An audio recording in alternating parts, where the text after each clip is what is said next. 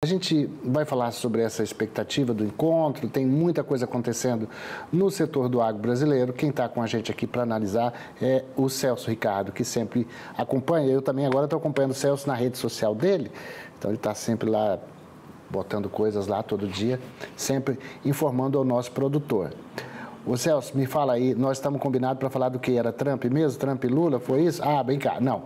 A margem de lucro do produtor de soja vem diminuindo a cada safra e o endividamento preocupa o setor. Um levantamento da AMR Business Intelligence mostra que, enquanto alguns produtores ainda operam no limite da viabilidade, muitos já enfrentam dificuldade para manter a rentabilidade das lavouras. Ontem mesmo, Celso, eu analisei aqui com o Dona Alvan Maia, que é o nosso CEO da Fox Grãos, a lucratividade, quanto que é preciso colher para poder pagar aquele hectare, né? Quantas sacas de sojas são necessárias? A margem é assim, ó, apertadinha. E quando é do milho, é mais apertada ainda.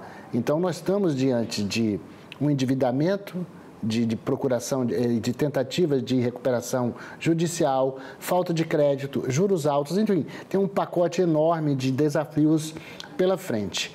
Dentro desse contexto, a soja, que é a nossa principal commodity, como é que você vê o futuro dos produtores nesse contexto? Bom dia, Valteno. É um pouco complicado, né, uma previsão futura, porque tu analisou um cenário assim, fez um resumo do cenário completo. Nós estávamos vendo agora recentemente a questão da logística, né? O quão precária é e quanto o Brasil ainda está estagnado em termos de agronegócio. Muitas das vezes parece que nós estamos muito para frente, mas se nós pararmos um pouquinho para respirar, nós vamos ver que ainda somos o país das commodities. Isso, para mim, é uma estagnação. Nós já deveríamos estar trabalhando com percentuais diferentes entre exportar matéria-prima e importar o produto, né? Com valor agregado. O Brasil já teria que ter repensado essa maneira de ser. Nós estamos vendo a logística, hoje a Ferrogrão travada por uma questão ambiental, sim, é preocupante, mas o percentual mostrado aí de 1% não reflete nenhum risco ao meio ambiente. Então, nós estamos nos travando em situações que poderiam fazer do Brasil não somente um grande produtor, mas um produtor de destaque, né, de alimentos para o mundo afora. Então, nós temos a questão do endividamento, que trava o acesso ao crédito, nós temos as questões ligadas aos custos totais, custos operacionais totais, né, que é muito alto, diminui a margem.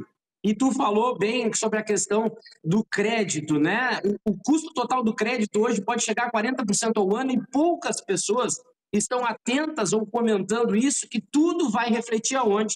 Vai refletir nessa margem de lucro, né? Então, nós temos proprietários rurais hoje, né? Proprietários rurais que trabalham sem financiamento, que é um percentual muito pouco. Nós temos proprietários rurais com financiamento, que impacta diretamente nesse resultado em cima da produtividade, bem como os arrendatários na mesma situação, com ou sem financiamento. Mas se somarmos todo esse custo de crédito, mais o custo operacional total de uma propriedade, né, de uma lavoura, de uma produção de grãos, realmente as margens vão ser afetadas e o pior, né, uma perspectiva futura, ela não é muito positiva devido a essa grande oferta mundial de alimentos. Então, hoje, para nós que produzimos dentro da propriedade rural, para quem trabalha com o campo, cada vez menos nós estamos conseguindo visualizar a tal viabilidade econômica e financeira. E isso tudo está elevando, infelizmente, né? É um somatório de situações que está levando o produtor rural para essa questão do endividamento que, infelizmente, eu acredito que nesses cenários que nós estamos encontrando, né? Cenários de preços baixos, de custos altos, nós estamos vendo também essa dependência do plano safra cada vez mais aumentando. Nós estamos vendo a produtividade afetada pelo clima.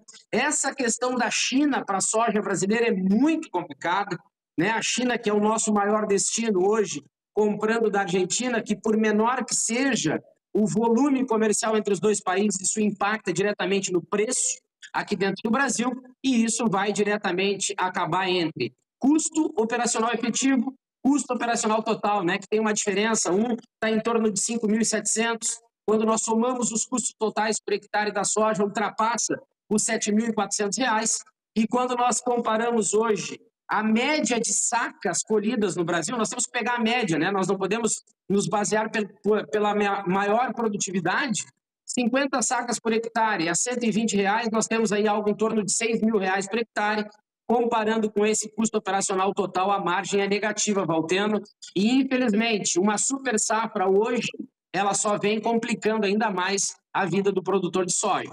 Pois é, eu tenho ficado preocupado, Celso, com a questão climática desse ano.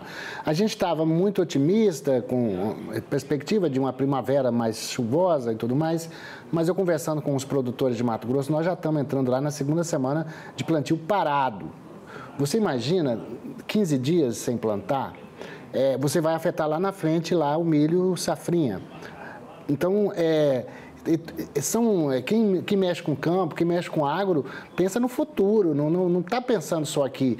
Então, às vezes eu vejo os tecnocratas e burocratas do governo, que acho que não pensam, né? O pessoal da fazenda não sabe que no campo o calendário é outro, não dá para atrasar. Então, quando acontece esse problema, e é por isso que a gente aqui insiste, bate na questão do seguro rural, que os países que a gente compete com eles, tem seguro rural, tem um produtor, tem um ganho quando perde. Aqui o produtor é um risco muito grande, não só para o produtor, também para os bancos. Não pode querer que o banco empreste numa situação que não vai ter garantia de que vai receber o dinheiro de volta. Por quê? Porque não tem uma política agrícola a longo prazo, não tem uma política de seguro rural. Então, esse tempo seco que eu estou vendo aqui no Centro-Oeste, que não chove e já está há dias sem poder plantar, porque ninguém é louco de plantar a soja no seco, isso pode refletir lá adiante. Com certeza, Valtendo. Toda essa instabilidade e esse clima de insegurança, seja por insegurança jurídica também, e agora por essas inseguranças geradas, né, a partir das variações climáticas, é óbvio, né, que os bancos aumentam muito as questões, principalmente de garantias ao produtor e também essas questões ligadas, né, às exigências para a liberação do crédito. E o produtor, obviamente, que delimita a sua área, né, para plantação e fica em cima da produtividade para reduzir custos e também, como a gente diz, né, de joelhos rezando para que os preços lá fora se estabilizem juntamente com essa variação cambial que existe. Então, são inúmeros os fatores que incidem diretamente na produção para o produtor rural. E como tu bem comentou, os bancos emprestam o dinheiro, que a gente sabe que é caro, mas também esperam esse recebimento, né, por parte dos produtores desse crédito liberado. Agora, a política agrícola no Brasil ela é muito complicada de se entender, né? O seguro rural, que deveria ser a base de segurança para o produtor investir com um pouco mais de tranquilidade, a gente sabe que entre o banco que oferece dentro dos seus serviços, oferece de uma maneira meia de imposição, né? A consultoria por parte do banco, a gente sabe que ela é morosa, ela é complicada e burocrática, e o produtor precisa de mais agilidade. O clima não vem com burocracia, ele vem de uma forma muito complicada e acabando, né, com a produção, com as expectativas do produtor. Então, os bancos também, junto com o produtor e a base política que trabalha sobre essa situação, principalmente o Ministério da Agricultura, Valteno, que eu acredito, ao longo desses 20 anos, eu analiso uma demora muito grande, uma aproximação ainda muito lenta do Ministério para com essa situação do produtor rural, e essa interação entre o produtor e os bancos precisa vir com uma posição maior do Ministério, para que haja essa segurança na liberação do seguro e no desenvolvimento de políticas agrícolas que tragam essa tranquilidade ao produtor. O resultado dessa ausência, somados a outros fatores, está levando esse endividamento cada vez maior. Endividamento maior, menos acesso ao crédito, menos produção, expectativa de menos oferta de alimentos, para um mundo que já entendeu que a Terceira Guerra Mundial, na minha análise, né, com base nos países produtores, ela não vem através de tanques e mísseis, ela vem na produção de alimentos. Então, o mundo vai avançando e o que nós vimos, né, deixando a emoção de lado e analisando com a razão, é que o Brasil freou, está parado e nós precisamos evoluir com políticas públicas, com seguro, para o produtor rural e também nessa abertura e diversificação de mercado que não basta termos uma referência de mercado mundial. Agora, com os Estados Unidos ficou claro, com a China também, que no momento que ela necessita comprar alimentos, ela vai pulverizando as suas compras, e o Brasil direcionando tudo para ela, muitas das vezes pode colocar em risco também, né, as expectativas, principalmente financeiras do produtor rural, porque isso afeta diretamente os preços, afetando os preços, reduz a margem, o custo é significativo e o produtor não consegue honrar os seus compromissos com os bancos e, infelizmente, o endividamento só aumenta.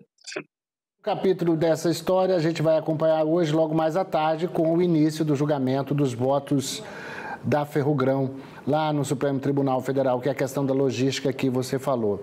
Ô Celso, vamos acompanhando aqui, certamente esse vai ser tema de comentário seu mais adiante. Eu acho que essa coisa da Ferrogrão vai passar, mas com algumas condicionantes. Eu conversei com alguns especialistas ontem e me falaram sobre isso. Vamos ver qual vai ser o tamanho do obstáculo que a gente vai ter pela frente, meu amigo. Mais uma vez, obrigado pela sua participação e pela sua análise aqui com a gente. Eu que agradeço, Valteno. Vamos aguardar, né, que se desenvolva, se desenrole esse assunto. Semana que vem a gente tenha boas notícias aí. Tá certo, querido. Obrigado.